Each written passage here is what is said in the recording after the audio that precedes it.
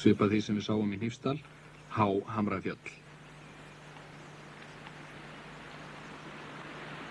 Þegar komið að kauptúninu heilsa Bolvíkingar gestum með skilti við veginn þar sem þeir eru boðnir velkomnir til staðarins.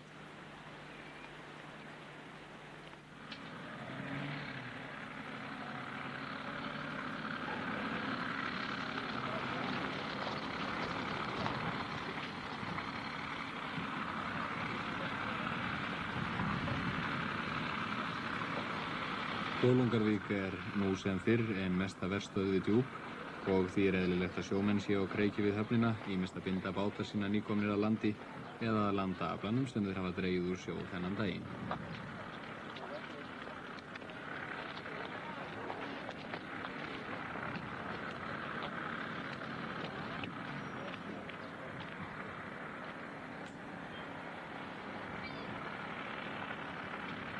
Í sumar vann dýpkunarskipið Grettir að dýpkun hafnarinnar fyrir 10 milljónir króna og var botnleðjan flutt í brömmum á haf út.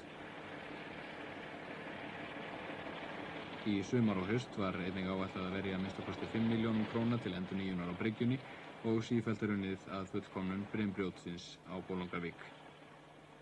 Með öllum þessum aðgerðum batnar aðstaða heimabátana í höfninni og ættu þeir ekki að þurfa lengur að leita sér skjóls í Ísafjarðarhöfn í slæmum veðrum. Það er einkaframtæki sem blómstrar á Bolungarvík og einn athafnamaður hefur árabil verið þar eins konar kóngur í ríki sínu, það er Einar Guðfinnsson. Hann á flesta stóru bátana og mestan hlutann í frystihúsinu og hann stjórnar rekstrinum á þessum atvinnutækjum sem veita meiri hluta vinnu færra íbúa kauptúnsins atvinnu.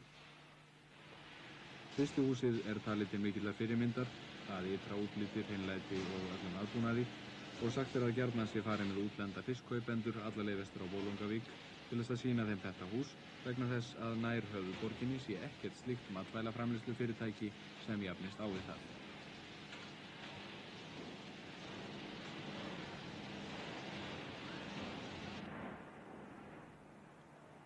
Núna nýlega var tekin í notkun stór frystigeymsla við frystihúsið.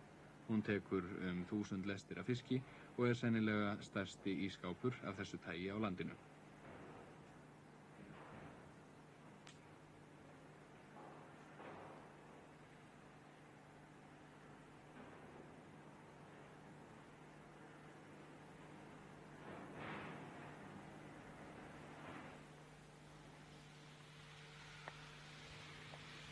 Einar Guðfinnsson er stórt nafn á þessum stað.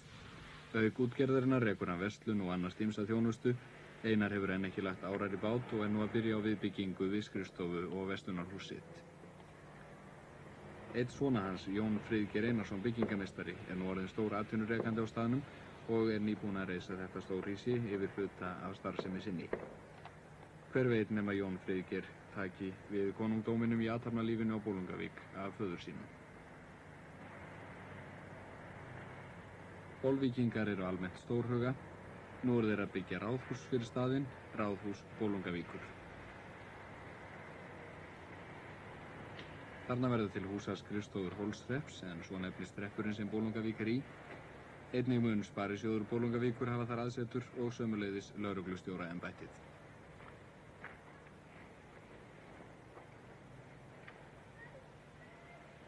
Þau eru vist ekki önnur 1000 manna byggðarlögin hér á landi sem státað geta af ráðhúsi, en þetta hús er gott tákn framtakssemi Bolvíkinga. Mikil uppbygging á sér stað hér og má raunar segja að síðustu 3 áratugina hafi byggðin breyst úr lítilli verstöð í myndalegt og nýtískulegt kauptún. Þarna eru byggð fjölbýlishús, raðhús og einbýlishús. Íbúanum fjölgar stöðugt en það vantar samt fólk til þess að hægt sé að anna eftirspurn eftir vinnuafli á þessum athafnastað. Hér er atvinnuleysi óþekkt fyrirbæri.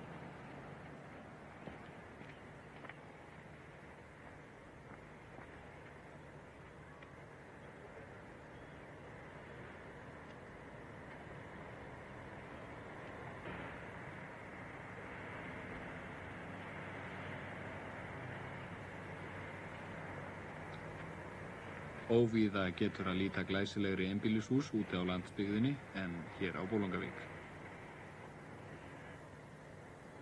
Gamli tíminn er alltaf nálægur þótt byggt sé samkvæmt nýjustu tísku. Bolvíkingar gleyma heldur ekki fortíðinni í ís og þís 20. aldarinnar. Þetta hús hafi verið reist til þess að komandi kynslóðir geti enn betur gert sér grein fyrir því sem áður var. Húsið er aðeins 30 ára en það er nákvæm eftir líking af verbúðum sem settu svip sinn á þennan stað síðustu aldamót.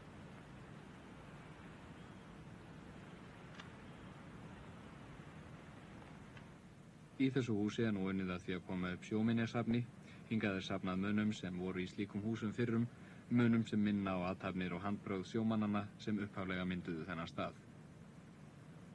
Í risi verbúðurinnar er svefnpláss fyrir vermenn, en niðri var beitt og þar voru geymd veiðarfæri og skinnklæði.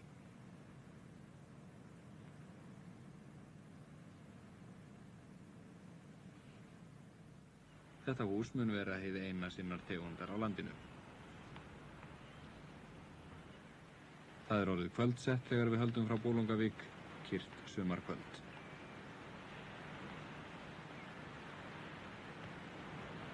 Þjóðvegurinn er utan í snarbrattri hlíð, Óshlíð, og er við hana kenndur.